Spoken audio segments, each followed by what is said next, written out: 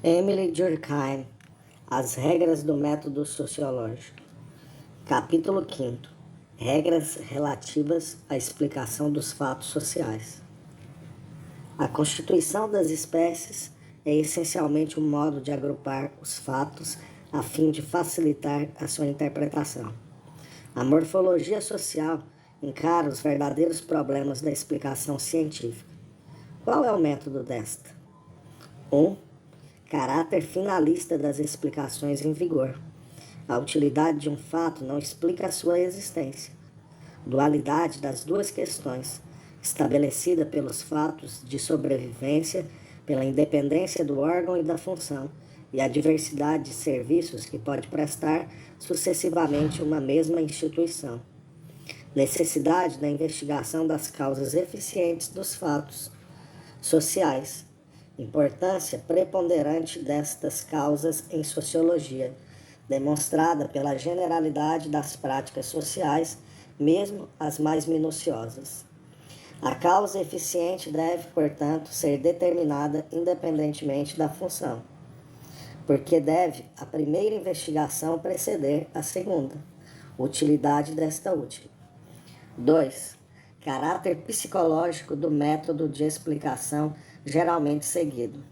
Este método desconhece a natureza do fato social, que é irredutível aos fatos puramente psíquicos em virtude da sua definição. Os fatos sociais só podem ser explicados por fatos sociais. Como isto acontece mesmo que a sociedade não tenha por matéria mais do que consciências individuais. Importância da associação que dá nascimento a um novo ser e a uma nova ordem de realidades. Solução de continuidade entre a sociologia e a psicologia, análoga que separa a biologia das ciências físico-químicas. Se esta proposição se aplica ao fato da formação da sociedade. Relação positiva entre os fatos psíquicos e os fatos sociais. Os primeiros são a matéria indeterminada que o fator social transforma em exemplos. Se os sociólogos lhes atribuíram um papel mais direto na gênese da vida social, é porque tomaram por fatos puramente psíquicos estados de consciência que são apenas fenômenos sociais transformados. Outras provas em apoio da mesma proposição. Primeira, independência dos fatos sociais em relação ao fator ético, o qual é de ordem orgânico-psíquica. Segunda, a evolução social não é explicável por causas puramente psíquicas. Enunciado das regras sobre esta questão. É por estas regras serem desconhecidas que as explicações sociológicas têm um caráter demasiado geral que as desacredita. Necessidade de uma cultura propriamente sociológica. 3. Importância primária dos fatos de morfologia social nas explicações sociológicas. O meio interno é a origem de todo processo social de alguma importância. Papel particularmente preponderante do elemento humano desse meio. O problema sociológico consiste, portanto, e sobretudo, em encontrar as propriedades desse meio que têm mais influência sobre os fenômenos sociais. Duas espécies de características correspondem, em particular, a esta condição: o volume da sociedade e a densidade dinâmica medida pelo grau de coalescência dos segmentos. Os meios internos secundários, as suas relações com o meio geral e o detalhe da vida coletiva. Importância desta noção de meio social.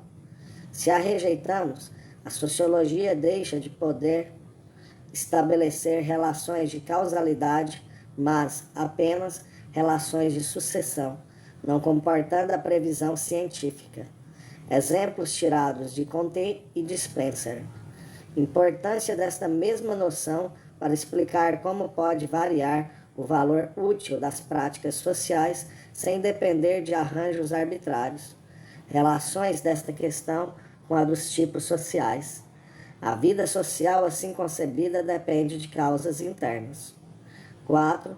Caráter geral desta concepção sociológica. Para Hobbes, a ligação entre o psíquico e o social é sintética e artificial. Para Spencer e para os economistas, a ligação é natural, mas analítica. Para nós, é natural e sintética. Com essas duas características, são conciliáveis consequências gerais que daqui resultam. 1. A maioria dos sociólogos julgam ter explicado os fenômenos logo que mostraram para que servem e o papel que desempenham.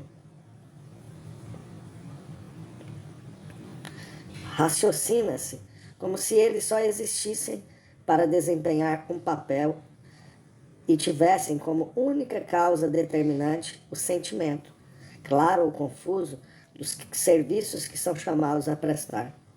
É por isso que se julga ter dito tudo o que é necessário para os tornar inteligíveis, quando se estabeleceu a realidade desses serviços e se mostrou a que necessidade social satisfazem.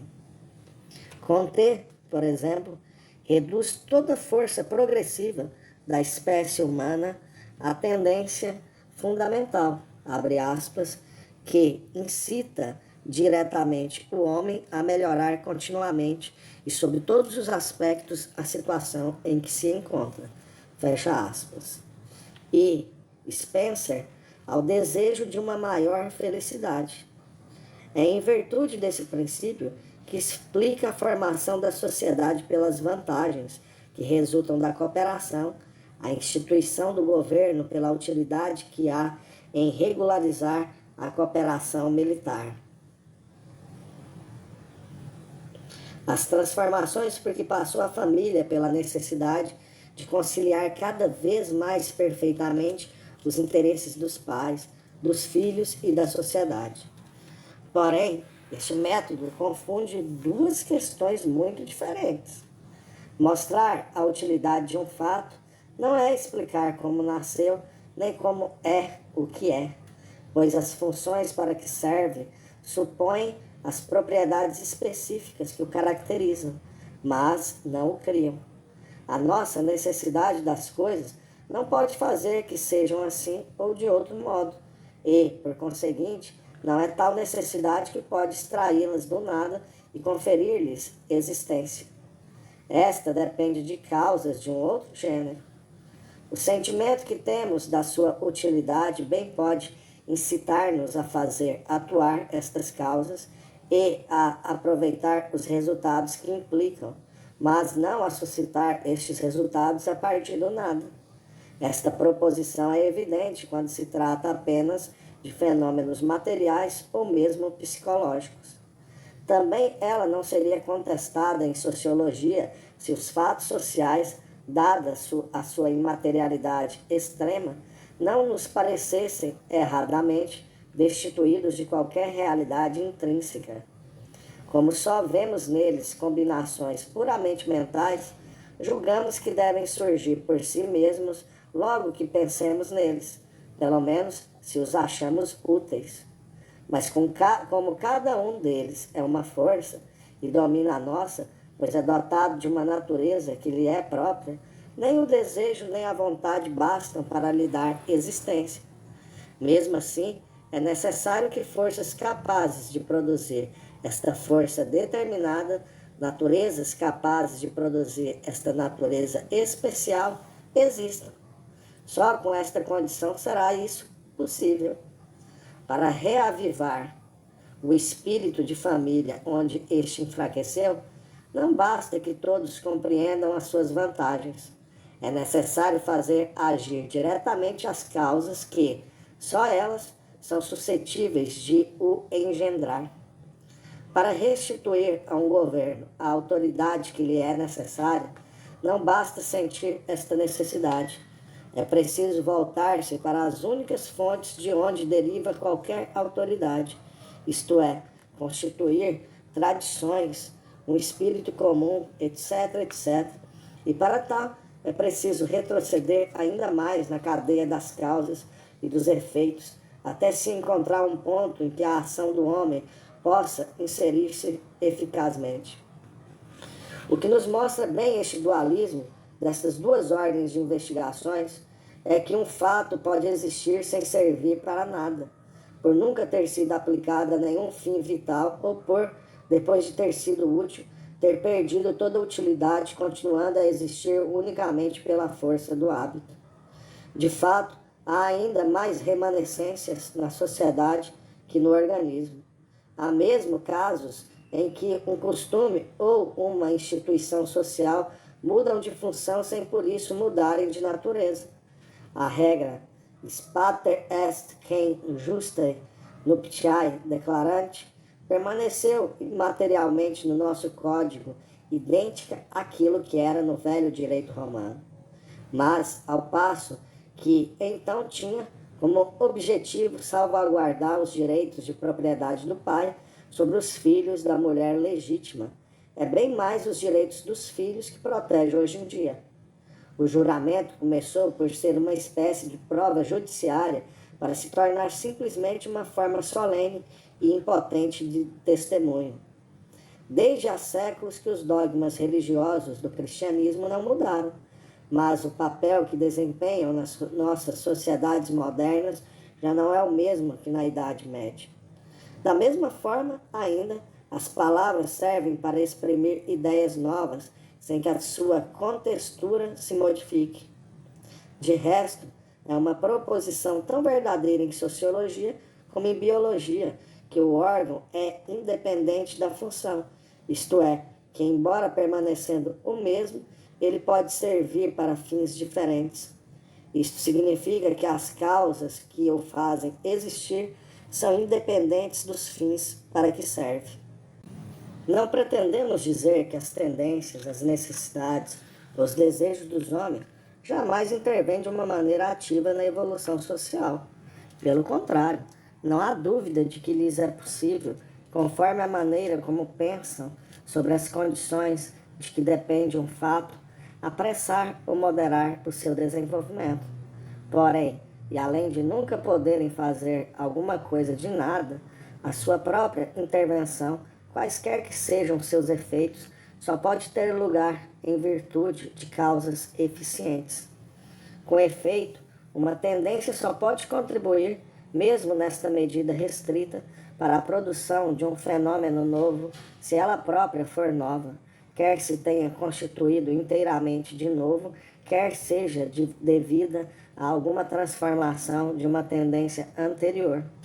Porque, a menos que se postule uma harmonia pré-estabelecida, verdadeiramente providencial, não se pode admitir que, desde a origem, o homem trouxesse em si, em estado virtual, mas prestes a despertar ao apelo das circunstâncias, todas as tendências cuja oportunidade devia fazer sentir-se no decorrer da evolução. Ora, uma tendência é, também ela, uma coisa. Não pode, pois, constituir-se nem modificar-se só porque a julgamos útil. É uma força que tem a sua natureza própria. Para que esta natureza seja suscitada ou alterada, não basta que nisso achemos alguma vantagem. Para determinar tais modificações, é necessário que atuem causas que a impliquem fisicamente. Explicamos os progressos constantes da divisão do trabalho social, mostrando que são necessários para que o homem possa manter-se nas novas condições de existência em que se acha colocado, à medida que avança na história. Atribuímos, pois, a esta tendência, a que se chama muito impropriamente o instinto de conservação, um papel importante na nossa explicação. Mas, primeiro, ela nunca poderia explicar por si só a especialização, mesmo a mais rudimentar, pois ela nada pode se as condições de que depende este fenômeno não se encontram já realizadas, isto é, se as diferenças individuais não aumentarem suficientemente devido à indeterminação progressiva da consciência comum e das influências hereditárias. Seria até necessário que a divisão do trabalho já tivesse surgido para que a sua utilidade fosse notada e a sua necessidade se fizesse sentir. E o simples desenvolvimento das divergências individuais implicando uma maior diversidade de gostos e de aptidões, devia necessariamente provocar este primeiro resultado. Mas, além disso, o instinto de conservação não veio por si só e sem causa fecundar este primeiro germen de especialização. Se orientou e nos orientou nesta nova via, foi primeiro porque o caminho que seguia e nos fazia seguir anteriormente se achou como bloqueado, pois a maior intensidade da luta, devida à maior condensação das sociedades, tornou cada vez mais difícil a sobrevivência dos indivíduos que continuavam a dedicar-se a tarefas gerais. Foi assim obrigada a mudar de direção. Por outro lado, se desviou e se preferiu desviar a nossa atividade no sentido de uma divisão do trabalho cada vez mais desenvolvida, é porque era também o sentido da menor resistência. As outras soluções possíveis eram a emigração, o suicídio, o crime.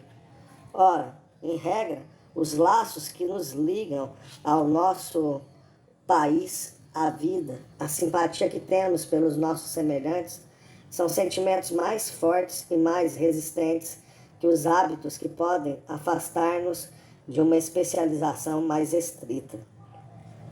Eram, portanto, estes últimos que deviam inevitavelmente ceder a cada impulso que se produzia. Logo, não voltamos nem mesmo parcialmente ao finalismo, pois não nos recusamos a dar lugar às necessidades humanas nas explicações sociológicas, pois elas só podem influir na evolução social se evoluírem também, e as modificações por que passam não podem ser explicadas senão por causas que nada têm de final. Porém, mais convincente ainda que as considerações precedentes é a própria prática dos fatos sociais. Onde reina o finalismo, reina também uma maior ou menor contingência, pois não há fins e ainda menos meios que se imponham necessariamente a todos os homens, mesmo supondo-os colocados nas mesmas circunstâncias. No mesmo meio, cada indivíduo, conforme o seu temperamento, adapta-se à sua maneira, que prefere a qualquer outra. Um tentará modificá-lo, a fim de o pôr em harmonia com as suas necessidades. Outro preferirá modificar-se a si mesmo e refrear os desejos. Para chegar ao mesmo fim, quantas vias diferentes podem ser e são efetivamente seguidas?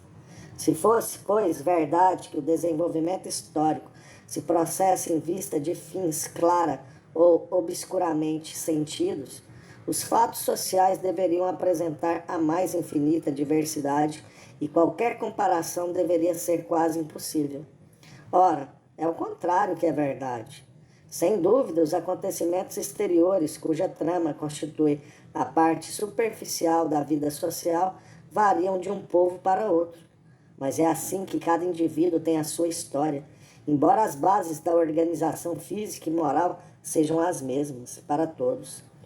De fato, quando se entrou um pouco em contato com os fenômenos sociais, fica-se, pelo contrário, surpreendido com a espantosa regularidade com que eles se reproduzem nas mesmas circunstâncias. Mesmo as práticas mais minuciosas e aparentemente mais pueris se repetem com a mais espantosa uniformidade. Certa cerimônia nupcial, puramente simbólica, ao que parece, como o rapto da noiva, encontra-se exatamente em toda a parte onde existe um certo tipo familiar, ligado, por sua vez, a toda uma organização política. Os costumes mais estranhos, como a couvade, o levirato, a exogamia, etc., observam-se entre os povos mais diversos e são sintomáticos de um certo estado social. O direito de fazer testamento surge numa determinada fase da história e, de acordo com as restrições mais ou menos importantes que o limitam, pode dizer-se em que momento da evolução social nos encontramos. Seria fácil multiplicar os exemplos. Ora, esta generalidade das formas coletivas seria inexplicável se as causas finais tivessem, em sociologia, a preponderância que se lhe atribui. Desta forma, quando tentamos explicar um fenômeno social, devemos investigar separadamente a causa eficiente que o produz e a função que ele desempenha. Preferimos servir-nos do termo função em vez do de fim ou de objetivo, precisamente porque os fenômenos sociais não existem geralmente em vista dos resultados úteis que produzem. O que é necessário determinar é se existe correspondência entre o fato considerado e as necessidades gerais do organismo social e em que consiste esta correspondência, sem nos preocuparmos em saber se foi ou não intencional. Todas essas questões de intenção são, aliás, demasiado subjetivas para poder ser tratadas cientificamente. Estas duas ordens de problemas devem não só ser desligadas uma da outra, como convém, em geral, tratar a primeira antes da segunda. Essa ordem corresponde, com efeito, à dos fatos. É natural que se procure a causa de um fenômeno antes de tentar determinar os seus efeitos. Este método é tanto mais lógico quanto, uma vez resolvida a primeira questão, esta ajudará frequentemente a resolver a segunda. Com efeito, o laço de solidariedade que une a causa ao efeito tem um caráter de reciprocidade que não tem sido suficientemente reconhecido. Sem dúvida, o efeito não pode existir sem a causa, mas esta, por sua vez, tem necessidade do efeito. É dela que este tira a sua energia, mas também às vezes lhe restitui e, por conseguinte, não pode desaparecer sem que ela se ressinta com isso. Por exemplo, a reação social que a pena constitui é devida à intensidade dos sentimentos coletivos que o crime ofende. Mas, por outro lado, tem como função útil conservar estes sentimentos no mesmo grau de intensidade, pois não tardariam a enfraquecer se as ofensas que sofrem não fossem castigadas. Da mesma forma, à medida que o meio social se torna mais complexo e mais instável, as tradições e as crenças adquiridas desmoronam-se, tornam-se algo de mais indeterminado e flexível, e as faculdades de reflexão desenvolvem-se, mas estas mesmas faculdades são indispensáveis às sociedades e aos indivíduos para que se adaptem a um meio mais móvel e mais complexo. À medida que os homens são obrigados a produzir um trabalho mais intenso, os produtos deste trabalho tornam-se mais numerosos e de qualidade superior. Mas estes produtos, melhores e mais abundantes, são necessários para compensar as energias despendidas por este trabalho mais considerável. Assim, longe de a causa dos fenômenos sociais consistir numa antecipação mental da função que eles são chamados a desempenhar, esta função consiste, pelo contrário, num grande número de casos, pelo menos, em conservar a causa pré-existente de que derivam.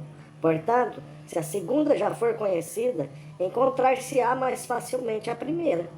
Todavia, se só se deve proceder à determinação da função em segundo lugar, ela não deixa de ser necessária para a explicação do fenômeno seja completa. Com efeito, se não é a utilidade do fato que o faz existir, é geralmente necessário que ele seja útil para poder manter-se. Pois basta que não sirva para nada para ser por isso mesmo prejudicial, visto que, nesse caso, custa sem nada render. Se, portanto, a generalidade dos fenômenos sociais tivesse este caráter parasitário, o orçamento do organismo estaria em déficit e a vida social seria impossível. Logo, para desta apresentar um conhecimento satisfatório, é preciso mostrar como os fenômenos que constituem a sua matéria concorrem entre si de forma a pôr a sociedade em harmonia consigo mesma e com o exterior. Sem dúvida, a fórmula corrente que define a vida como uma correspondência entre o meio interno e o meio externo não é senão aproximada. Contudo, é verdadeira em geral e, portanto, para explicar um fato de ordem vital, não basta mostrar a causa de que depende. É ainda necessário, pelo menos na maior parte dos casos, achar a parte que lhe cabe no estabelecimento desta harmonia geral. 2. Distinguidas estas duas questões, temos de determinar o método segundo o qual devem ser resolvidas. O método de explicação geralmente seguido pelos sociólogos, ao mesmo tempo que finalista, é essencialmente psicológico. Estas duas tendências são solidárias. Com efeito, se a sociedade é apenas um sistema de meios instituídos pelos homens em vista de certos fins, estes fins só podem ser individuais, pois, antes da sociedade, só podiam existir indivíduos. Portanto, é do indivíduo que emanam as ideias e as necessidades que determinaram a formação das sociedades. E se tudo provém dele, é necessariamente através dele que tudo deve ser explicado. Aliás, na sociedade só existem consciências particulares. É, portanto, nestas últimas que se encontra a fonte de toda a evolução social. Logo, as leis sociológicas não poderão ser senão um corolário das leis mais gerais da psicologia. A explicação suprema da vida coletiva consistirá em mostrar como ela deriva da natureza humana em geral, seja deduzindo-a diretamente dela, sem observação prévia, seja atribuindo-lhe depois de a ter observado. Tais termos são mais ou menos textualmente os utilizados por Auguste Comte para caracterizar o seu método. Diz ele, abre aspas, visto que o fenômeno social, concebido na totalidade, não é, no fundo, senão um simples desenvolvimento da humanidade, sem qualquer espécie de criação de faculdades, como mais acima estabelecer, todas as disposições efetivas que a observação sociológica poderá sucessivamente revelar, deverão, portanto, reencontrar-se, pelo menos em germe, neste tipo primordial que a biologia elaborou antecipadamente para a sociologia. Fecha aspas, curso de filosofia positiva. É que, segundo ele, o fato dominante da vida social é o progresso, e este, por outro lado, depende de um fator exclusivamente psíquico, a saber, a tendência que leva o homem a desenvolver cada vez mais a sua natureza. Os fatos sociais derivariam até de modo tão imediato da natureza humana que, durante as primeiras fases da história, poderiam dela ser diretamente deduzidos sem que fosse necessário recorrer à observação. É verdade que Comte confessou ser impossível aplicar este método dedutivo aos períodos mais avançados da evolução, mas esta impossibilidade é puramente prática. Provém do fato de a distância entre o ponto de partida e o ponto de chegada se tornar demasiado grande para que o espírito humano, se tentasse percorrer essa distância sem guia, não se arriscasse a perder-se. Mas a relação entre as leis fundamentais da natureza humana e os resultados finais do progresso não deixa de ser analítica. As formas mais complexas da civilização não são senão vida psíquica desenvolvida. Por isso, mesmo quando as teorias da psicologia não podem bastar como premissas do raciocínio sociológico, elas constituem a pedra de toque única que permite pôr à prova a validade das proposições estabelecidas indutivamente. Abre aspas, diz Comte, nenhuma lei de sucessão social indicada pelo método histórico, mesmo com toda a autoridade possível, deverá ser finalmente admitida, senão após ter sido relacionada de forma direta ou indireta, mas sempre incontestável com a teoria positiva da natureza humana. Fecha aspas. Portanto, é sempre a psicologia que terá a última palavra. É o mesmo método seguido por Spencer. Com efeito, segundo este, os dois fatores primários dos fenômenos sociais são o meio cósmico e a constituição física e moral do indivíduo. Ora, o primeiro só pode influir na sociedade através do segundo, que é, deste modo, o motor essencial da evolução social. Se a sociedade se forma, é para permitir ao indivíduo realizar a sua natureza, e todas as transformações pelas quais passou não têm outro fim senão o de tornar esta realização mais fácil e mais completa. Foi em virtude deste princípio que, antes de proceder a qualquer pesquisa sobre a organização social, Spencer achou por bem dedicar quase todo o primeiro tomo de seus princípios de sociologia ao estudo do homem primitivo físico, emocional e intelectual. Diz ele, abre aspas, a ciência da sociologia parte das unidades sociais, submetidas às condições que vimos, constituídas fisicamente, emocionalmente e intelectualmente, e de posse de certas ideias cedo adquiridas e dos sentimentos correspondentes. Fecha aspas. E é em dois desses sentimentos, o temor dos vivos e o temor dos mortos, que ele encontra a origem do governo político e do governo religioso. Admite, é verdade, que uma vez formada a sociedade reage sobre os indivíduos, mas daí não advém que ela tenha o poder de engendrar diretamente o mínimo fato social. Deste ponto de vista, só tem eficácia por intermédio das modificações que determina no indivíduo. Portanto, é sempre da natureza humana, ou primitiva ou derivada, que tudo dimana. Aliás, esta ação que o corpo social exerce sobre os seus membros não pode ter nada de específico, dado que os fins políticos não são nada em si mesmos, mas uma simples expressão resumida dos fins individuais. Portanto, ela não pode ser senão uma espécie de retorno da atividade privada sobre si mesma, sobretudo nas sociedades industriais que têm precisamente como objetivo restituir o indivíduo a si próprio e aos seus impulsos naturais, libertando de qualquer obrigação social, não se vê em que possa ela consistir. É um princípio que não está apenas na base destas grandes doutrinas de sociologia geral. Inspira igualmente um número avultado de teorias particulares. Assim, explica-se vulgarmente a organização familiar pelos sentimentos que os pais têm pelos seus filhos e os segundos pelos primeiros. A intuição do casamento pelas vantagens que oferece aos esposos e sua descendência. O castigo pela cólera que no indivíduo provoca qualquer lesão grave dos seus interesses. Toda a vida econômica, tal como os economistas a concebem e explicam, em especial os da escola ortodoxa, está decisivamente dependente deste fator puramente individual, o desejo da riqueza. E se tratar de moral? Consideram-se deveres do indivíduo para consigo próprio a base da ética. E de religião? Vê-se nela um resultado das impressões que as grandes forças da natureza ou certas personalidades eminentes despertam no homem, etc, etc. Mas tal método só é aplicável aos fenômenos sociológicos, desnaturando-os. Para ter a prova disto, basta reportarmos-nos a definição que demos.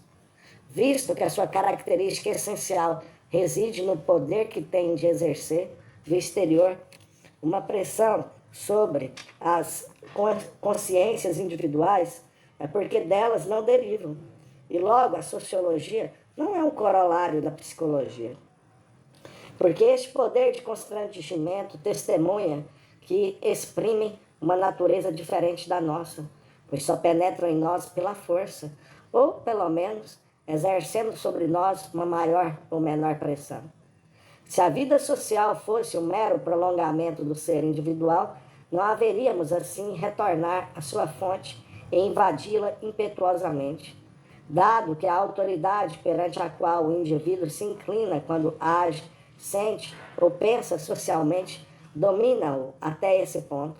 É porque é um produto de forças que ultrapassam e que, por consequência, não pode apreciar. Não é dele que pode vir esse impulso exterior a que está submetido. Logo, não é o que se passa nele que o poderá explicar. É verdade que não somos incapazes de nos reprimir a nós próprios. Podemos refrear as nossas tendências, os nossos hábitos, os nossos instintos até e impedir o seu desenvolvimento mediante um ato de inibição. Mas não deve confundir os atos inibitivos com aqueles que constituem a obrigação social. O processo dos primeiros é centrífugo, o dos segundos, centrípeto. Uns elaboram-se na consciência individual e tendem, em seguida, a exteriorizar-se.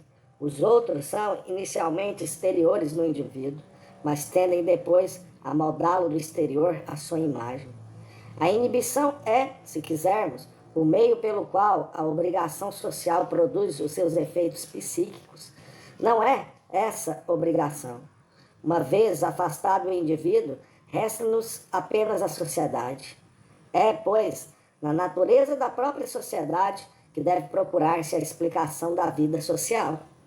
Efetivamente, concebe-se que, por ultrapassar infinitamente o indivíduo, tanto no tempo como no espaço, ela esteja em condições de impor-lhe as maneiras de agir e de pensar que a sua autoridade consagrou.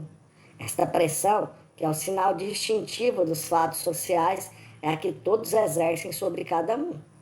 Já que os únicos elementos que formam a sociedade são indivíduos, dir-se-á que a origem dos fenômenos sociológicos só pode ser psicológica. Raciocinando assim também, se pode afirmar que os fenômenos biológicos se explicam analiticamente pelos fenômenos inorgânicos. Com efeito, é bem certo que não há, na célula viva, senão moléculas de matéria bruta. Simplesmente estão associadas, e é esta associação que é a causa desses fenômenos novos que caracterizam a vida e cujo germe é impossível encontrar em qualquer dos elementos associados. É que um todo não é idêntico à soma das suas partes, é algo de diferente, cujas propriedades diferem das que revelam as partes de que é composto. A associação não é, como por vezes se pensou, um fenômeno por si mesmo infecundo, que consiste simplesmente em relacionar exteriormente fatos adquiridos e propriedades constituídas. Não será, antes, pelo contrário, a origem de todas as novidades que se foram produzindo sucessivamente no decorrer da evolução geral das coisas? Que diferenças há entre os organismos inferiores e os outros, entre o ser vivo organizado e o simples plastídeo, entre este e as moléculas inorgânicas que o compõem, senão diferenças de associação? Em última análise, todos estes seres se decompõem em elementos da mesma natureza, mas estes elementos encontram-se aqui justapostos, ali associados. Aqui associados de uma maneira, ali de outra. Temos até o direito de perguntar a nós próprios se esta lei não se aplica até mesmo no mundo mineral e se as diferenças que separam os corpos não organizados não terão a mesma origem. Devido a este princípio, a sociedade não é uma simples soma de indivíduos. O sistema formado pela associação destes representa uma realidade específica que tem as suas características próprias.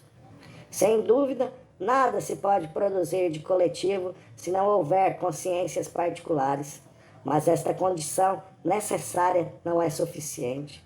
É necessário ainda que estas consciências se associem, se combinem e se combinem de certa maneira.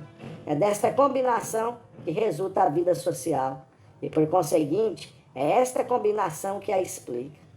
Ao agregarem-se, ao penetrarem-se, ao fundirem-se, as almas individuais dão origem a um ser psíquico, se quiser, mas que constitui uma individualidade psíquica de um novo gênero.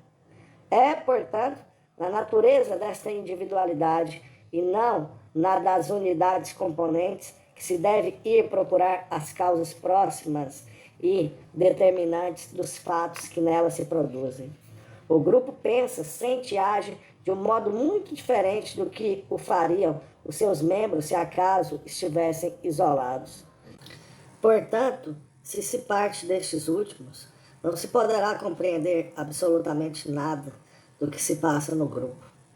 Numa palavra, entre a psicologia e a sociologia, existe a mesma solução de continuidade que entre a biologia e as ciências físico-químicas.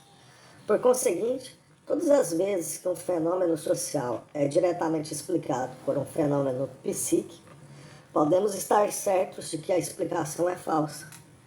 Argumentar-se-á, talvez, que a sociedade, uma vez constituída, é, com efeito, a causa próxima dos fenômenos sociais. As causas que determinaram a sua formação são de natureza psicológica. Aceita-se que, quando os indivíduos estão associados, esta associação pode dar origem a uma vida nova, mas entende-se que ela só se pode realizar por razões individuais. Porém, na realidade, por muito que se recue na história, a associação é o fato mais obrigatório de todos, porque é a causa de todas as outras obrigações. Em virtude do seu nascimento, do meu nascimento, estou obrigatoriamente ligado a um determinado povo. Disse que, mais tarde, uma vez adulto, aqueço a esta obrigação pelo simples fato de continuar a viver no meu país. Que importa? Este assentimento não lhe tira o seu caráter imperativo. Uma pressão aceita e suportada de bom grado não deixa de ser pressão. Aliás, qual poderá ser o alcance de uma tal adesão?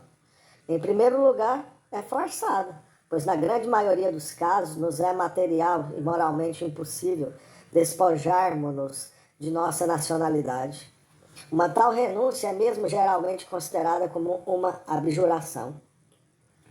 Em seguida, ela não pode pôr em causa o passado que não foi consentido e que, no entanto, determina o presente. Não quis a educação que recebi, mas é ela que, mais do que qualquer outra causa, me prende ao solo natal.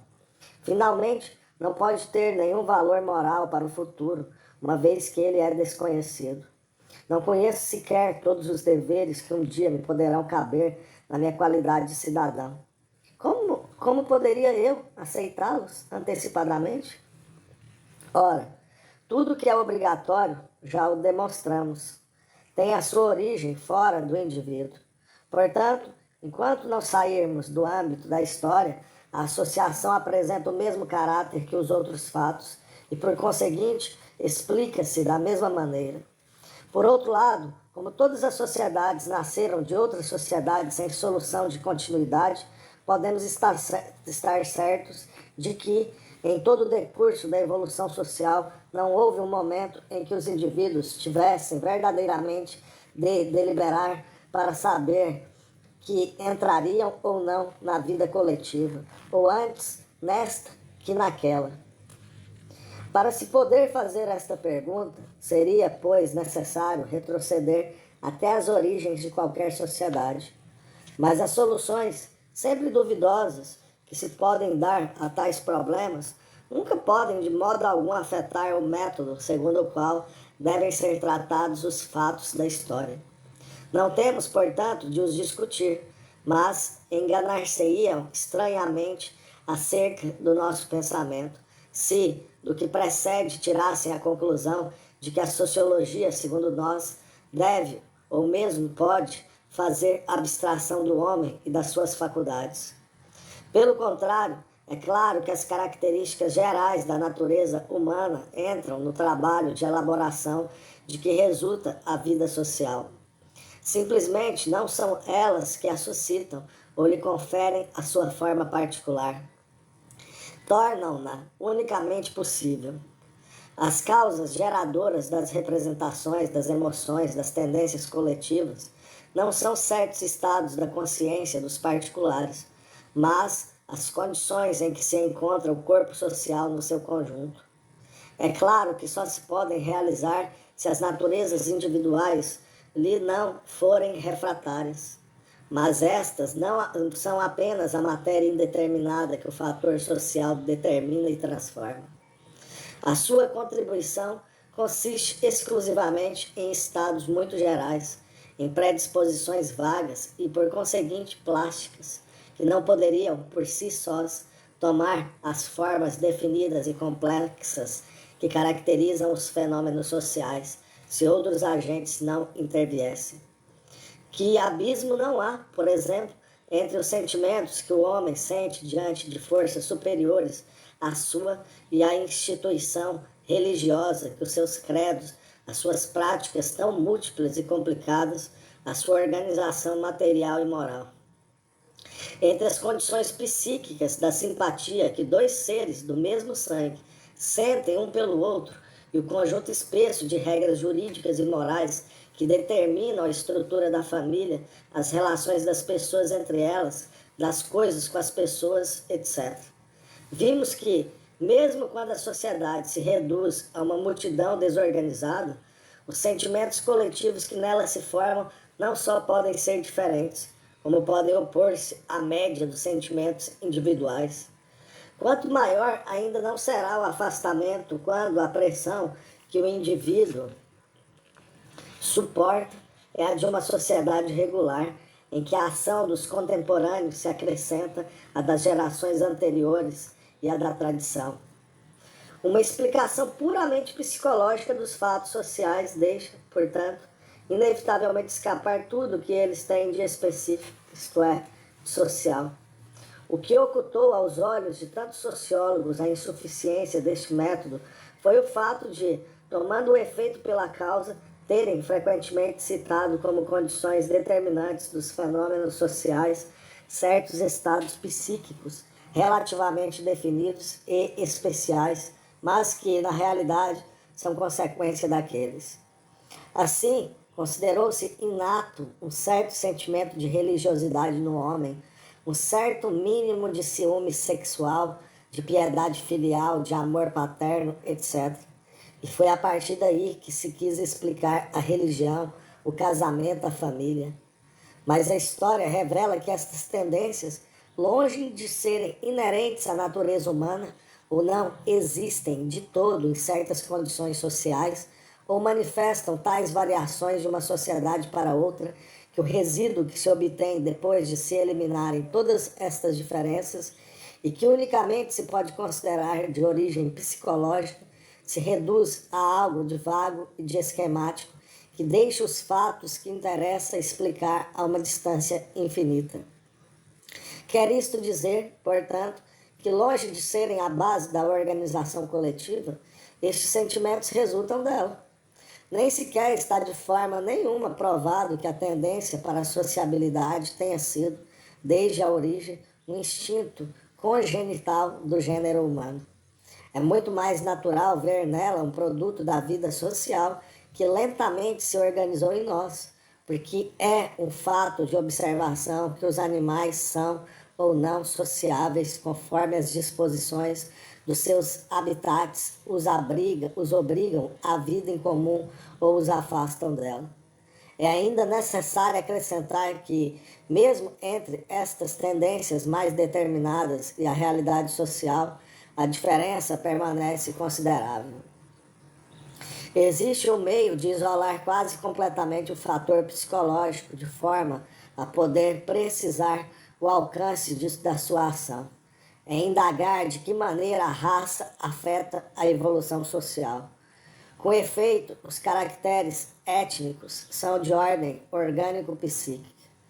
A vida social deve, portanto, variar quando eles variam, se os fenômenos psicológicos exercerem sobre a sociedade a eficácia causal que se lhes atribui. Ora, não conhecemos nenhum fenômeno social que esteja incontestavelmente dependente da raça. Sem dúvida, não podemos atribuir a esta proposição o valor de uma lei, mas, pelo menos, podemos apresentá-la como um fato constante da nossa prática. Encontram-se as formas mais diversas de organização entre sociedades da mesma raça, ao passo que se observam semelhanças surpreendentes entre sociedades de raças diferentes. A cidade existiu entre os fenícios, assim como entre os romanos e os gregos. Encontramos-la em vias de formação entre os cabildas. A família patriarcal era quase tão desenvolvida entre os judeus como entre os hindus, mas não a encontramos entre os eslavos, que, no entanto, são de raça ariana. Em contrapartida, o tipo familiar que aí encontramos existe também entre os árabes. Por toda parte se encontra a família maternal e o clã. Do ponto de vista étnico, o pormenor das provas judiciárias e das cerimônias nupciais é idêntico entre os povos mais diferentes. Se assim é, É porque a contribuição psíquica é demasiado geral para predeterminar o curso dos fenômenos sociais. Dado que não implica uma forma social de preferência a outra, não pode explicar nenhuma. É verdade, um determinado número de fatos que é costume atribuir à influência da raça. Assim se explica, nomeadamente, que o desenvolvimento das letras e das artes tenha sido tão rápido e intenso em Atenas e tão lento e medíocre em Roma. Mas, apesar de clássica, esta interpretação dos fatos nunca foi demonstrada metodicamente. Parece bem tirar quase toda a sua autoridade unicamente da tradição. Nem sequer se tentou saber se uma explicação sociológica dos mesmos fenômenos era possível. E estamos convencidos que ela poderia ser tentada com sucesso. Em suma, quando se atribui com esta rapidez o caráter artístico da civilização ateniense a faculdades estéticas congenitais, procede-se mais ou menos como na Idade Média, quando se explicava o fogo pelo flogisto e os efeitos do ópio pela sua virtude dormitiva. Por fim, se de fato a evolução social tivesse a sua origem na constituição psicológica do homem, não se compreende como poderia ter se realizado, porque, então, seria necessário admitir que tem como propulsor alguma forma inerente à natureza humana. Mas que força poderia ser? Seria essa espécie de instinto a que se refere Comte e que incita o homem a realizar cada vez mais a sua natureza? Mas isso equivale a responder a pergunta com outra pergunta e explicar o progresso por uma tendência inata para o progresso, verdadeira entidade metafísica de que nada, aliás, prova a existência. Porque mesmo as espécies animais mais avançadas não se sentem de forma alguma atormentadas pela necessidade de progredir, e mesmo entre as sociedades humanas, há muitas que folgam em manter-se indefinidamente estacionárias. Seria, como parece crer Spencer, a necessidade de uma maior felicidade, que as formas cada vez mais complexas da civilização estariam destinadas a realizar cada vez melhor? Seria então necessário estabelecer que a felicidade cresce com a civilização. E nós já mostramos, algures, todas as dificuldades que esta hipótese levanta. Mas ainda há mais. Mesmo que se acabasse por ter de aceitar um ou outro destes dois postulados, não seria por isso que o desenvolvimento histórico se tornaria inteligível, porquanto a explicação que daí resultaria seria puramente finalista. E nós já mostramos que os fatos sociais, assim como todos os fenômenos naturais, não podem ser explicados pelo simples fato de se mostrar que servem para alguma coisa. Ainda que se tenha provado que as organizações sociais, cada vez mais complexas que se sucederam no decorrer da história, têm tido como efeito satisfazer cada vez mais esta ou aquela nossa tendência fundamental, nem por isso se explicou como aquelas se produziram. O fato de serem úteis não nos indica o que as fez aparecer. E mesmo que explicássemos como conseguimos imaginá-las e planificá-las com antecedência, de modo a termos uma ideia dos serviços que podíamos esperar delas, e este é já um problema difícil. Os desejos de que podiam assim ser objeto não tinham a propriedade de as tirar do nada. Numa palavra, admitindo que elas constituem os meios necessários para atingir o fim que se pretende, o problema mantém-se. Como? Isto é, de que e por intermédio de que foram estes meios constituídos? Portanto, chegamos à seguinte regra: a causa determinante de um fato social deve ser procurada entre os fatos sociais antecedentes e não nos estados da consciência individual. Por outro lado, concebe-se facilmente que tudo o que precede se aplica tanto à determinação da função como da causa. A função de um fato social não pode ser senão social, isto é, consiste na produção de efeitos socialmente úteis. Sem dúvida, pode acontecer e acontece na realidade que, por via indireta, sirva também o indivíduo. Mas a sua razão ser imediata não é este resultado feliz. Podemos, portanto, completar a proposição anterior dizendo: a função de um fato social deve ser sempre procurada na relação existente entre ele e um determinado fim social. É a partir do fato de os sociólogos terem frequentemente ignorado esta regra e considerado os fenômenos sociais de um ponto de vista demasiado psicológico que as suas teorias parecem a muitos espíritos demasiado vagas, flutuantes e afastadas da natureza particular das coisas que julgam explicar. O historiador, nomeadamente, que vive na intimidade da realidade social, não pode deixar de sentir fortemente até que ponto estas interpretações demasiado gerais são impotentes para tornar a juntar os fatos. E foi sem dúvida o que causou, em parte, a desconfiança que a história frequentemente testemunhou à sociologia. Isso não significa, por certo, que o estudo dos fatos psíquicos não seja indispensável ao sociólogo. Se a vida coletiva não deriva da vida individual, ambas estão intimamente relacionadas. Se a segunda não pode explicar a primeira, poderá pelo menos facilitar a sua explicação. Em primeiro lugar, como mostramos, é incontestável que os fatos sociais são produzidos por uma elaboração sui generis de fatos psíquicos.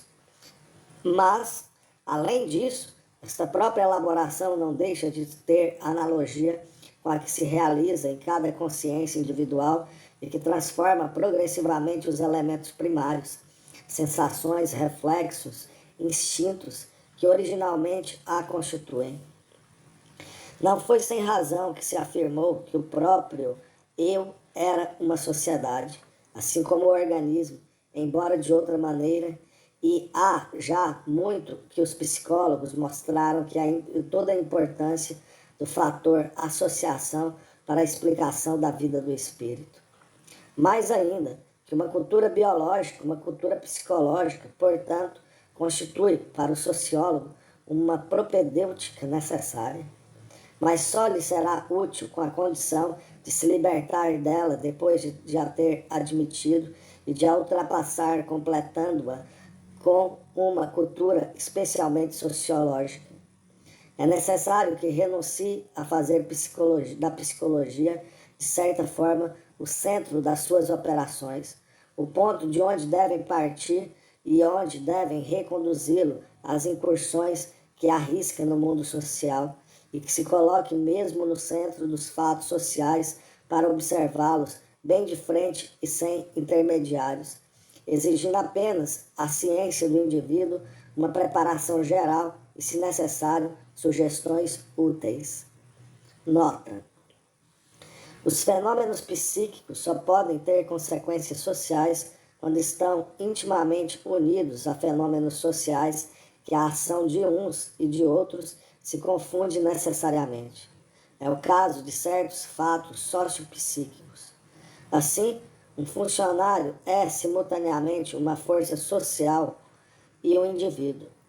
Daí resulta que pode servir-se da energia social que possui no sentido determinado pela sua natureza individual e exercer, assim, uma influência sobre a constituição da sociedade. É o que acontece aos homens de Estado e mais geralmente aos homens de gênio.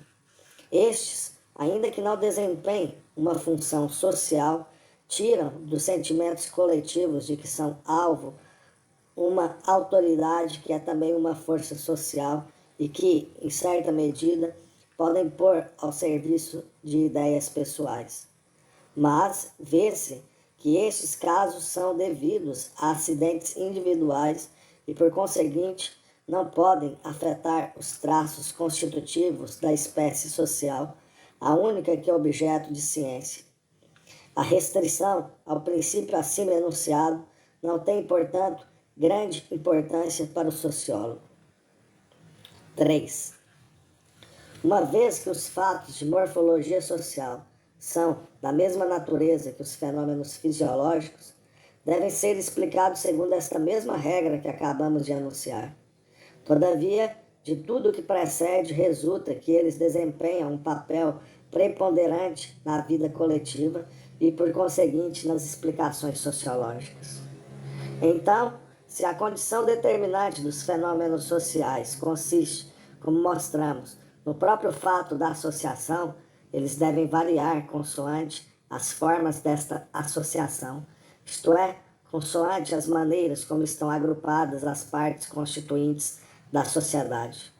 Por outro lado, dado que o conjunto determinado que deriva da reunião dos elementos de todas as naturezas que entram na composição de uma sociedade constitui o seu meio interno, tal como o conjunto dos elementos anatômicos dispostos no espaço de uma certa maneira, constitui o meio interno dos organismos. Poder-se-á dizer a origem primeira de qualquer processo social de certa importância deve ser procurada na constituição do meio social interno. É possível mesmo um maior rigor. Com efeito, os elementos que contrapõem este meio são de duas espécies, as coisas e as pessoas. Entre as coisas, é necessário englobar, além dos objetos materiais que estão incorporados na sociedade, os produtos da atividade social anterior, o direito constituído, os costumes instituídos, os monumentos literários, artísticos, etc. Mas é evidente que não é nem uns nem de outros que pode vir o estímulo que determina as transformações sociais, porque eles não contêm nenhuma força motriz. Seguramente, devemos tê-los em linha de conta nas explicações que tentaremos. Tem, com efeito, um certo peso na evolução social, cuja rapidez e mesmo direção variam consoante o que eles são, mas nada tem do que é necessário para pôr em movimento. São matéria a qual se aplicam as forças vivas da sociedade, mas não libertam por si próprios nenhuma força viva. Fica, portanto, como fator ativo, o meio propriamente humano. O principal esforço do sociólogo deverá, pois, tender para o descobrimento das diferentes propriedades deste meio, que são suscetíveis de exercer uma influência sobre o curso dos fenômenos sociais. Até agora, encontramos duas séries de características que correspondem eminentemente a esta condição. É o número das unidades sociais, ou como dissemos também, o volume da sociedade e o grau de concentração da massa, ou aquilo que chamamos a densidade dinâmica. Deve-se entender por esse último termo, não o estreitamento puramente material do agregado, que não pode ter efeito se os indivíduos, ou melhor, os grupos de indivíduos, se mantiverem separados por vácuos morais, mas o estreitamento moral de que o anterior é apenas o auxiliar e bastante geralmente a consequência. A densidade dinâmica pode definir-se para um volume igual em função do número de indivíduos que efetivamente têm relações, não só comerciais, mas também morais, isto é, que não só trocam serviços ou fazem concorrência entre si, mas também vivem uma vida comum. Pois, como as relações puramente econômicas deixam os homens separados, podemos tê-los muito próximos, sem por isso participarem da mesma existência coletiva. Os negócios que se realizam por cima das fronteiras que separam os povos não fazem que essas fronteiras deixem de existir. Ora, a vida comum só pode ser influenciada pelo número daquelas que nela colaboram eficazmente. É essa a razão porque o grau de coalescência dos segmentos sociais é o que melhor exprime a densidade dinâmica de um povo. Pois, se cada agregado parcial forma um todo numa individualidade distinta, separada das outras por uma barreira, é porque a atividade dos seus membros, em geral, permanece localizada. Se, pelo contrário, estas sociedades parciais estão todas confundidas no seio da sociedade total ou tendem a confundir-se, é porque, na mesma medida, o cálculo da vida social se alargou. Sobre a densidade material, se pelo menos se entender por isso não só o desenvolvimento das vias de comunicação e de transmissão, evolui habitualmente a mesma cadência que a densidade dinâmica e, em geral, pode servir para medi-la, pois, se as diferentes partes da população tendem a aproximar-se, é inevitável que abram caminhos que permitam esta aproximação. E, por outro lado, só se podem estabelecer relações entre pontos distantes da massa social se esta dinâmica não for um obstáculo, quer dizer, se for de fato suprimida. Há, no entanto, exceções, e expor-nos-íamos a sérios erros se apreciássemos sempre a concentração moral de uma sociedade segundo o grau de concentração material que apresenta. As estradas, as linhas de caminho de ferro, etc., podem servir mais para o desenvolvimento dos negócios que para a fusão das populações, que só exprimem, nesse caso, uma forma peculiar, muito imperfeita. É o caso da Inglaterra, cuja densidade material é superior à da França, e onde, no entanto, a coalescência dos segmentos está muito menos desenvolvida, como o atesta a persistência do espírito local e da vida regional. Já mostramos algures como qualquer aumento do volume e da densidade dinâmica das sociedades, tornando a vida social mais intensa, alargando o horizonte de cada indivíduo, abrange com o pensamento e preenche com a sua atividade, modifica profundamente as condições fundamentais da existência coletiva. Não vamos referir novamente a aplicação que então fizemos deste princípio. Acrescentemos apenas que nos serviu para analisar não só a questão, ainda muito geral, que era o objeto deste estudo, mas também muitos outros problemas mais particulares e que pudemos assim verificar a sua exatidão através de um número considerável de experiências. Todavia, estamos longe de pensar que encontramos todas as particularidades do meio social suscetíveis de desempenharem um papel na explicação dos fatos sociais. Tudo o que podemos dizer é que foram as únicas que destrinçamos e que não fomos induzidos a procurar outras. Mas esse tipo de preponderância que atribuímos ao meio social, e mais particularmente ao meio humano, não implica que se deva ver nisso uma espécie de fato último e absoluto para além do qual não se deva passar. Pelo contrário, é evidente que a situação em que ele se encontra em cada período da história depende também de causas sociais, algumas das quais são inerentes à própria sociedade, ao passo que outras estão ligadas às ações e às reações que se estabelecem entre esta sociedade e as suas vizinhas. Aliás, a ciência não conhece causas primeiras no sentido absoluto do termo. Para ela, um fato é primário simplesmente quando é suficientemente geral para explicar um grande número de outros fatos.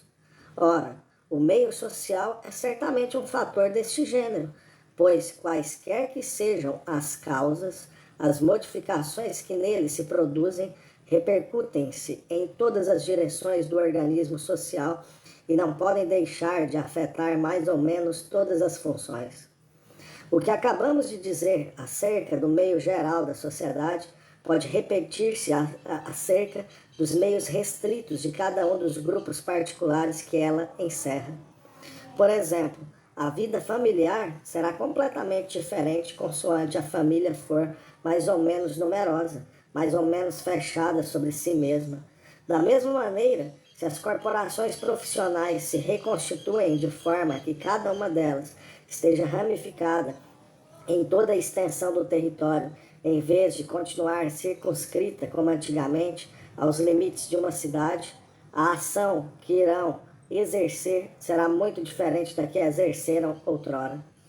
De um modo mais geral, a vida profissional será muito diferente consoante o meio próprio de cada profissão esteja fortemente constituído ou tenha uma trama frouxa, como atualmente. Todavia, a ação destes meios particulares não pode ter a importância do meio geral, pois eles próprios estão submetidos à influência deste último. É sempre a este que se deve voltar. É a pressão que exerce sobre estes grupos parciais que faz variar a constituição deles. Esta concepção do meio social enquanto fator determinante da evolução coletiva é da maior importância, pois, se a rejeitarmos, a sociologia ficará na impossibilidade de estabelecer qualquer relação de causalidade. Com efeito, afastada esta ordem de causas, não existem condições concomitantes das quais possam depender os fenômenos sociais, pois se o meio social externo, isto é, o que é formado pelas sociedades circundantes, é suscetível de exercer alguma ação, será quase só sobre as funções que têm como objetivo o ataque e a defesa, e além disso, só poderá fazer sentir a sua influência por intermédio do meio social interno.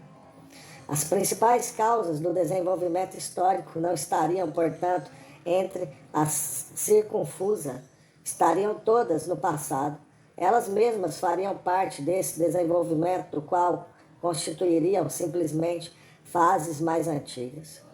Os acontecimentos atuais da vida social não derivariam do estado atual da sociedade, mas dos acontecimentos anteriores, dos precedentes históricos, e as explicações sociológicas consistiriam exclusivamente em ligar o presente ao passado.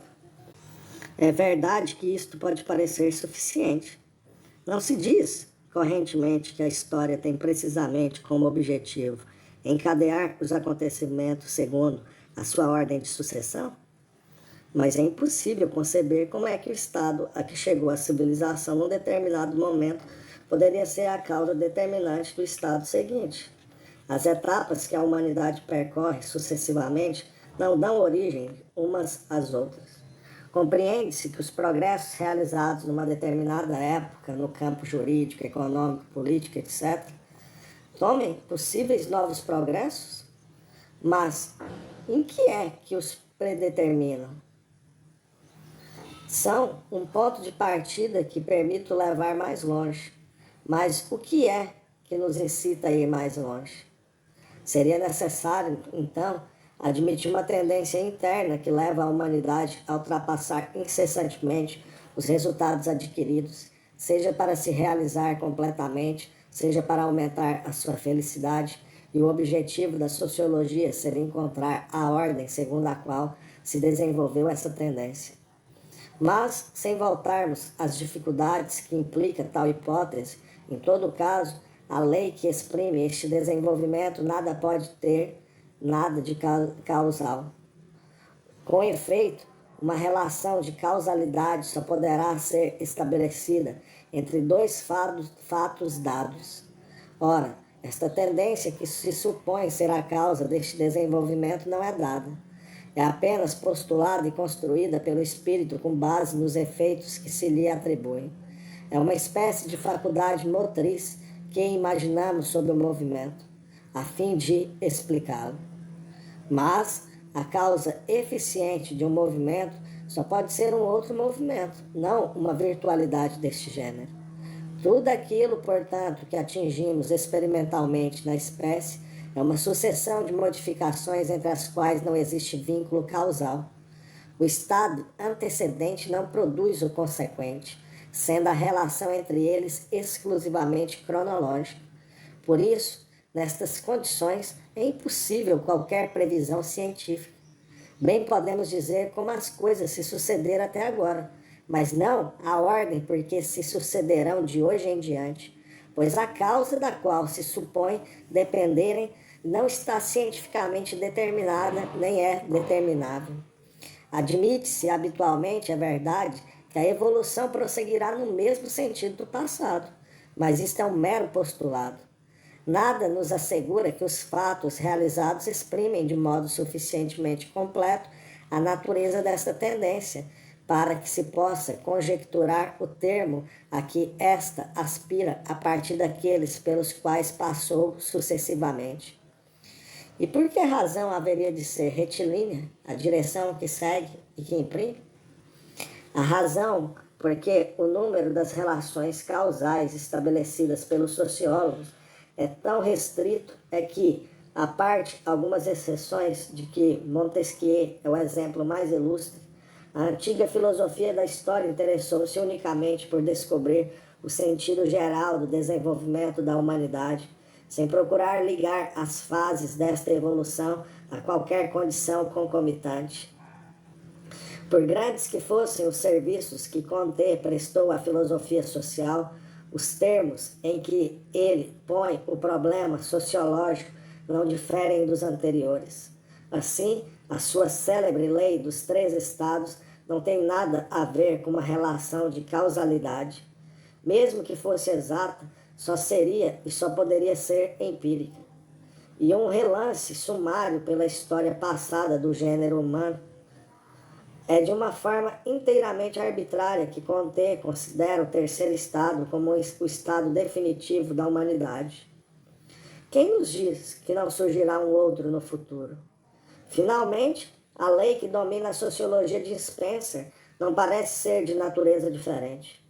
Mesmo que fosse verdade tendermos atualmente a procurar a nossa felicidade numa civilização industrial, nada nos afiança que, mais tarde, não a procuremos em outro lado. Ora, a generalidade e a persistência deste método provém do fato de vermos frequentemente no meio social um sustentáculo do progresso e não a causa que o determina. Por outro lado, é também em relação a este mesmo meio que devemos medir o valor útil ou, como dissemos, a função dos fenômenos sociais. Entre as modificações que ocasiona, servem as que se relacionam com o estado em que ele se encontra, dado que este é a condição essencial da existência coletiva. Ainda deste ponto de vista, cremos a concepção que acabamos de expor é fundamental, pois só ela permite explicar como o caráter útil dos fenômenos sociais pode variar sem, contudo, depender de arranjos arbitrários. Com efeito, se imaginarmos a evolução histórica movida por uma espécie de vis a tergo que impele os homens para a frente, dado que uma tendência motriz não pode ter senão um único fim, só pode existir um ponto de referência em relação ao qual se calcula a utilidade ou a nocividade dos fenômenos sociais. Daí resulta que só existe e só pode existir um único tipo de organização social que convenha perfeitamente à humanidade e que as diferentes sociedades históricas não são senão aproximações sucessivas deste modelo único. Não é necessário mostrar como é inconciliável hoje em dia um tal simplismo com a variedade e a complexidade reconhecidas das formas sociais. Se, pelo contrário, a conveniência ou a inconveniência das instituições só pode estabelecer-se em relação a um determinado meio, como estes meios são diversos, há desde logo uma diversidade de pontos de referência e, por conseguinte, de tipos que, embora sendo qualitativamente distintos uns dos outros, são todos fundados na natureza dos meios sociais. A questão que acabamos de tratar está, pois, estreitamente ligada àquela que diz respeito à constituição dos tipos sociais.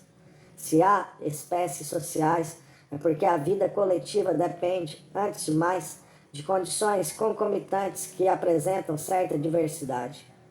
Se, pelo contrário, as principais causas dos acontecimentos sociais estivessem todas no passado, cada povo seria simplesmente o prolongamento daquele que o precedeu, e as diferentes sociedades perderiam a sua individualidade para não serem mais que momentos diversos de um único e mesmo desenvolvimento.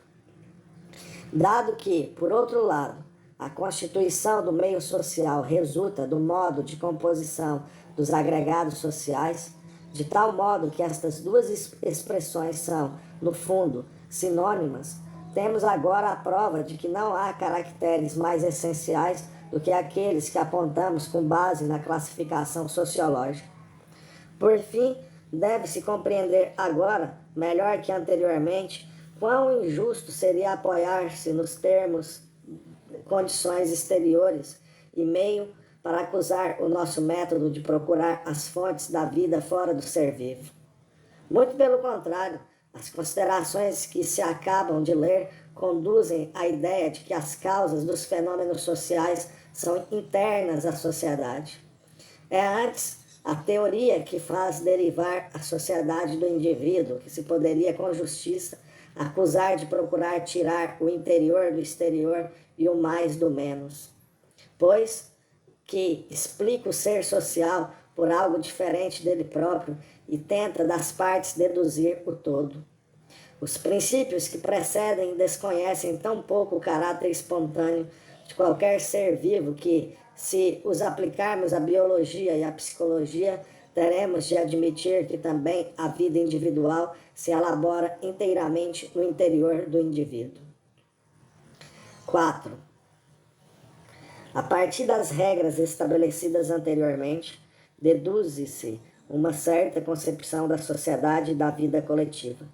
Existem, relativamente a esta questão, duas teorias opostas. Para Hobbes e Rousseau, dentre outros, existe uma solução de continuidade entre o indivíduo e a sociedade. O homem é, portanto, naturalmente refratário à vida comum e só obrigado a se conformar com ela. Os fins sociais não são simplesmente o ponto de encontro dos fins individuais. São-lhes até contrários. Assim, para fazer com que o indivíduo o siga, é necessário exercer sobre ele uma pressão. E é na instituição e na organização desta pressão que consiste, por excelência, a obra social.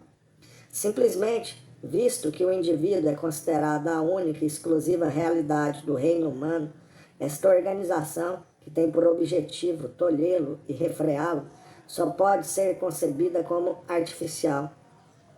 Não é fundada na natureza, pois destina-se a exercer violência sobre ela, impedindo-a de produzir os seus efeitos antissociais. É uma obra de arte, uma máquina construída inteiramente pelo homem que, como todos os produtos deste gênero, é o que é porque os homens assim o quiseram. Um decreto da vontade a criou, um outro decreto poderá transformá-la. Nem Hobbes nem Rousseau parecem ter notado tudo o que há de contraditório em admitir que o indivíduo seja ele próprio autor de uma máquina que tem por função essencial dominá-lo e oprimi-lo, ou, pelo menos, pareceu-lhes que, para fazer desaparecer esta contradição, bastava dissimulá-la aos olhos das suas vítimas com o hábil artifício do pacto social. Os teóricos do direito natural, os economistas e, mais recentemente, Spencer, inspiraram-se na ideia contrária. Para estes, a vida social é essencialmente espontânea e a sociedade uma coisa natural. Mas, se lhe conferem este caráter, não é porque ele reconheçam uma natureza específica, e sim por lhe encontrarem um fundamento na natureza do indivíduo.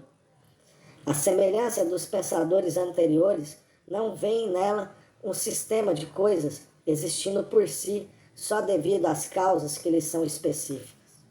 Mas enquanto os primeiros a concebiam unicamente como um arranjo convencional sem qualquer ligação com a realidade e, por assim dizer, suspenso no ar, estes dão-lhe por esteios os instintos fundamentais do coração humano. O homem é naturalmente propenso à vida política, familiar, religiosa, ao intercâmbio, etc. E destas tendências naturais é que deriva a organização social. Por conseguinte, onde quer que ela seja normal, não tem necessidade de se impor. Sempre que se recorre à coação, é porque não é o que deve ser ou porque as circunstâncias são anormais. Em princípio, basta deixar desenvolver livremente as forças individuais para que elas se organizem socialmente. Não compartilhamos de nenhuma destas doutrinas. Sem dúvida, consideramos a coação a característica de qualquer fato social. Simplesmente esta coação não resulta de uma maquinação mais ou menos engenhosa, destinada a esconder aos homens as armadilhas em que se prenderam a si próprios. É simplesmente devida ao fato de um indivíduo se encontrar perante uma força que o domina e à qual se submete. Mas esta força é natural. Não deriva de um arranjo convencional que a vontade humana acrescentou à realidade. Emana das próprias entranhas da realidade. É o produto necessário de determinadas causas. Por isso, para levar o indivíduo a submeter-se voluntariamente a ela, não é necessário recorrer a nenhum artifício. Basta fazer-lhe tomar consciência do seu estado de dependência e de inferioridade naturais, quer por uma representação sensível e simbólica por meio da religião, quer por uma noção adequada e definida pela ciência. Como a superioridade que a sociedade tem sobre ele não é simplesmente física, mas também intelectual e moral, esta nada tem a recear do livre exame, desde que seja utilizado corretamente. A reflexão, fazendo compreender ao homem quanto o ser social é mais rico, mais complexo e mais duradouro que o ser individual, não pode senão revelar-lhe as razões inteligíveis da subordinação que dele se exige e dos sentimentos de dedicação e de respeito que o hábito gravou no seu coração. Nota: eis a razão pela qual nem toda a coação é normal. Só merece este nome a que corresponde a alguma superioridade social, isto é, intelectual ou moral, mas a que um indivíduo exerce sobre o outro pode ser mais forte ou mais rico, sobretudo se esta riqueza não exprime o seu valor social, é anormal e só pode conservar-se pela violência. Fim da nota. Portanto, só uma crítica singularmente superficial poderia acusar a nossa concepção da coação social de reproduzir as teorias de Hobbes e de Maquiavel.